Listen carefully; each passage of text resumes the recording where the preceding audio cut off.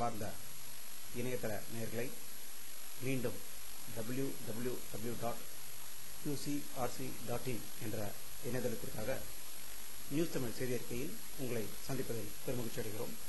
இன்று டிசம்பர் 16, 2008க்கான முக்கிய செய்திகளை தற்போது பார்க்கலாம். நிதித்துறைக்கு பொறுப்பு வகிக்கும் பிரதமர் திரு மன்மோகன் சிங் அவர்கள் இன்று சபைக்கு வராததால் அதற்கு பதில் ப. சிதம்பரம் அவர்கள் பெட்ரோல் டீசல் விலை மேலும் குறைக்கப்படும் என பாராளுமன்றத்தில் தெரிவித்ததாக பாராளுமன்றத்தில் வரும் செய்திகள் தெரிவிக்கின்றன. தீவிரவாதத்தை இந்தியாவில் கடுமையாக ஒடுக்குவதற்காக இன்று பாராளுமன்றத்தில் நேஷனல் இன்வெஸ்டிகேஷன் ஏஜென்சிஸ் NIA என்ற ஒரு புதிய அமைப்பை உருவாக்க இருப்பதாகவும் அதற்கான ஆணையை பாராளுமன்றத்தில் தாக்கல் செய்ய இருப்பதாக மத்திய அரசிலிருந்து தகவல்கள் வந்து கொண்டிருக்கின்றன. தமிழகத்தில் நிலவும் மின்சார வெட்டு குறித்து மாநிலங்களவையில் செவ்வாய்க்கிழமை பேசப்பட்டது. இப்பிரச்சனை குறித்து அதிமுக உறுப்பினர் மலைச்சாமி பேச முற்பட்ட போது திமுக உறுப்பினர்கள் அதனை கடுமையாக ஆட்சேபித்தனர். இவர்களுக்கு காங்கிரஸ் உறுப்பினர்கள் சிலர் ஆதரவாக குரல் எழுப்பியதாக டெல்லியில் இருந்து வரும் தகவல்கள் தெரிவிக்கின்றன. லோக்சபா உறுப்பினர் பதவியை மூத்த பாரதிய ஜனதா கட்சி தலைவரும் டெல்லி முதல் வேட்பாளரான அறிவிக்கப்பட்டுள்ள VK மல்கோத்ரா அவர்கள் ராஜினாமா செய்துள்ளார். இந்த தேர்தலில் கிரேட்டர் கைலாஷ் தொகுதியில் போட்டியிட்டு வெற்றி பெற்ற மல்கோத்ரா அவர்கள் இதையடுத்து சட்டசபை உறுப்பினர் பதவியை வைத்துக் கொள்ள தீர்மானித்ததாக டெல்லியில் இருந்து வரும் தகவல்கள் தெரிவிக்கின்றன. புதுச்சேரி வெள்ள நிவாரணம் மற்றும் பொருளாதார கட்டமைப்பு மேம்பாட்டு பணிகளுக்கு மேற்கொள்ள 1744 கோடி வழங்க வேண்டும் என பிரதமர் மன்மோகன் சிங்கிடம் புதுச்சேரி முதல்வர் திரு வைத்திலிங்கம் அவர்கள் நேரில் வலியுறுத்தியதாக டெல்லியில் இருந்து வரும் தகவல்கள் தெரிவிக்கின்றன. சென்னை, எழும்பூர், தாம்பரம், திருச்சி, மதுரை, கோவை ரயில் நிலையங்களில் இன்று காலை குண்டுகள் வெடிக்கும் என்று கியூ பிரிவு போலீசுக்கு ஐஜிக்கு SMS வந்ததை அடுத்து தமிழகம் முழுவதும் ரயில் நிலையங்களுக்கு தீவிர சோதனைகள் நடந்து வருவதாக சென்னை மற்றும் மற்ற பகுதிகளிலிருந்து செய்திகள் வந்து கொண்டிருக்கின்றன.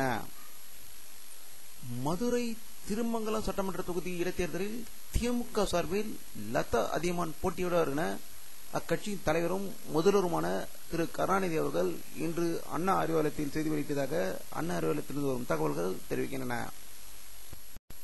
தமிழக பாரதிய ஜனதா கட்சி தலைவர் திரு இல கணேசன் அவர்கள் இன்று சென்னையில் நிருபர்களிடம் பேசிய போது திருமங்கலம் தொகுதியில் தாங்கள் போட்டியிட போவதில்லை என்றும் அப்படிப்பட்ட ஒரு தொகுதியை தேர்தல் ஆணையத்திலிருந்து எடுத்துவிடப்பட்ட போது அதில் போட்டியிடுவது தவறு என்றும் வருகின்ற நாடாளுமன்ற தொகுதியில் 39 தொகுதிகளிலும் தனித்து நிற்க நாங்கள் உறுதுணையாக செயல்படுவதாக இருக்கிறோம் என்று அவர் கூறியதாக சென்னையில் வரும் தகவல்கள் தெரிவிக்கின்றன.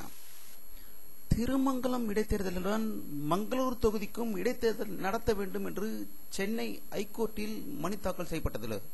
கடலூர் மாவட்ட திட்டக்குடியை அடுத்த யுவானூர் பஞ்சாயத்து தலைவர் ராமலிங்கம் என்பவர் இந்த மனுவை தாக்கல் செய்துள்ளதாக சென்னை ஐகோர்ட்டிலிருந்து வரும் தகவல்கள் தெரிவிக்கின்றன.